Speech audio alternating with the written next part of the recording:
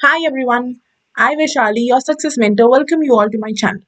तो आज इस वीडियो के थ्रू मैं आपको एक चीज समझाने वाली हूँ कि जब आप इंटरव्यू की प्रिपरेशन कर रहे हैं तो अपनी प्रिपरेशन स्ट्रैटेजी एक यूनिवर्सिटी को टारगेट करते हुए करें। इससे पहले भी बहुत सी वीडियोस आई जिनमें मैंने आपको बहुत सी प्रिपरेशन स्ट्रैटेजीज एंड टिप्स बताई थी अपने रिसर्च प्रपोजल के लिए एंड आगे अपने एडमिशन प्रोसेस के लिए। अगर आपने वो नहीं देखी तो प्लीज जाके देख के आइए।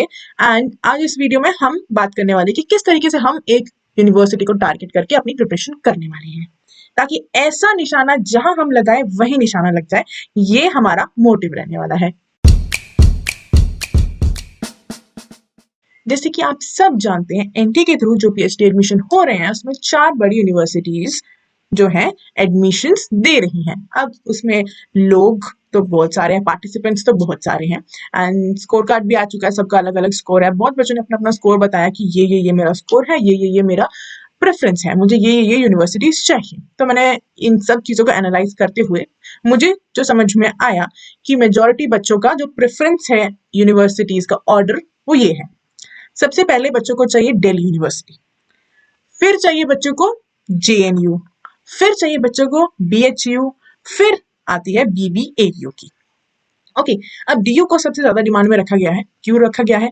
क्योंकि डीयू एक तरीके से ब्रांड बन चुका है। आप सभी जानते हैं, मतलब बहुत फेमस है ये दिल्ली यूनिवर्सिटी के बच्चे। हर जगह आप देखोगे तो पढ़ाई में भी एंड बहुत सी चीजों में, न्यूज में भी आता रहता है दिल्ली यूनिवर्सिटी में ये हुआ, दिल्ली यूनिवर्सिटी में ये हुआ। यूट्यूबर्स में ब्लॉगर्स भी बहुत सारे जितने भी हैं दिल्ली यूनिवर्सिटी के दिखते हैं। तो मतलब दिल्ली यूनिवर्सिटी के बच्चे ऑलराउंडर जैसे हैं।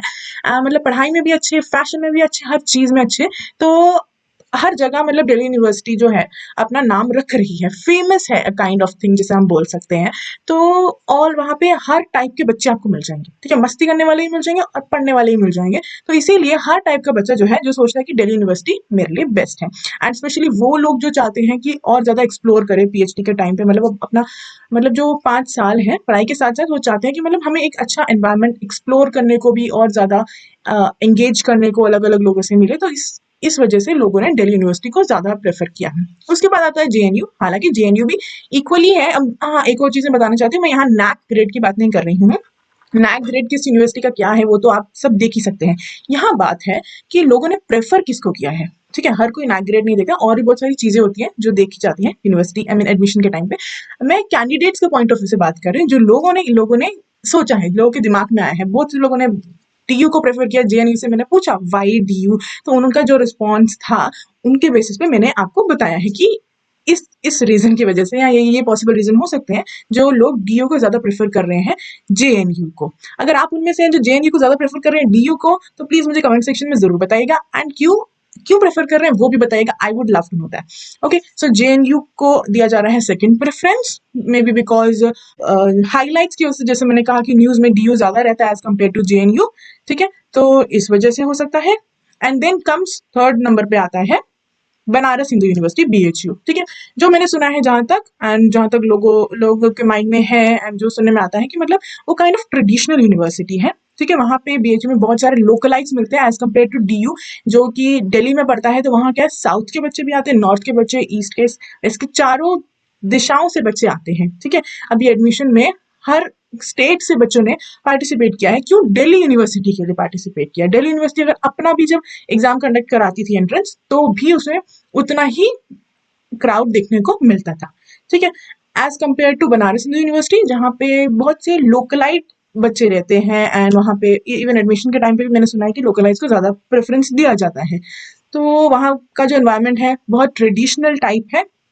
तो इस वजह से हो सकता है लोगों ने उसको थर्ड प्रेफरेंस पे दिया, जो कि मतलब जो साउथ के बच्चे हैं वो वहाँ पे अगर जाएंगे तो मे बी वो वहाँ सेटल नहीं हो पाएंगे जितना वो दिल्ली यूनिवर्सिटी में या फिर जेएनयू में, आई मीन टू से दिल्ली में ज्यादा एडजस्ट कर पाएंगे, जहाँ पे हमें बहुत ही मिक्स्ड एनवायरनमेंट मिलता है, ठीक है। एंड उसके बाद में फोर्थ प्रेफरेंस उन लोगों ने दी है बीबीएयू को, ठीक है।